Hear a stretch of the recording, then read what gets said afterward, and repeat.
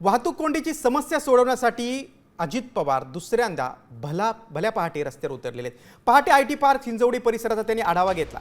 यावेळी अजित पवार आपलं वाटोळ झालं, हिंजवडीचं सगळं आयटी पार्क बाहेर चाललंय असं म्हणणाऱ्या अजित पवारांनी सरपंचाला देखील खडेबोल सुनावले।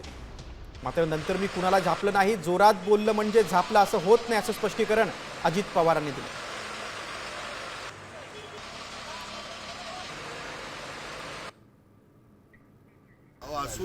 असू द्या साहेब, आम्ही धरणं करताना मंदिरात जातात, धरणं करताना मंदिरात जातात,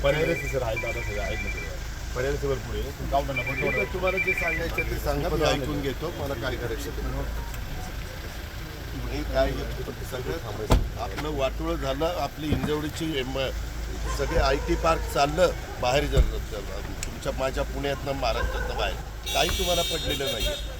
बेंगलोरला हैदराबादला कशाला मी सकाळी 6ला येऊन इथं बघतो, ह्याच्यामुळेच बघतोय, मला कळत नाही, माझी लोक नाही, परंतु ते केल्याशिवाय आपल्याला गत्यंतर नाही। गेले कित्येक महिने मी स्वतः हिंजवडीचा किती फॉलोअप करते। मी महाराष्ट्र सरकारला हात जोडून विनंती करून आंदोलन केलं, विनंती केली, सगळं करून झालं, उशिरा का होईना महाराष्ट्र सरकार आता तिची जबाबदारी घेते, याच्याबद्दल त्यांचे जाहीर आभार।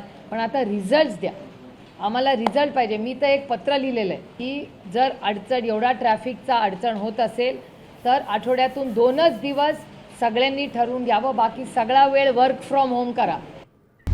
आता isakal.com आहे देशातील नंबर 1 ची मराठी न्यूज वेबसाईट। प्रत्येक अपडेटसाठी isakal.com ला नक्की भेट द्या।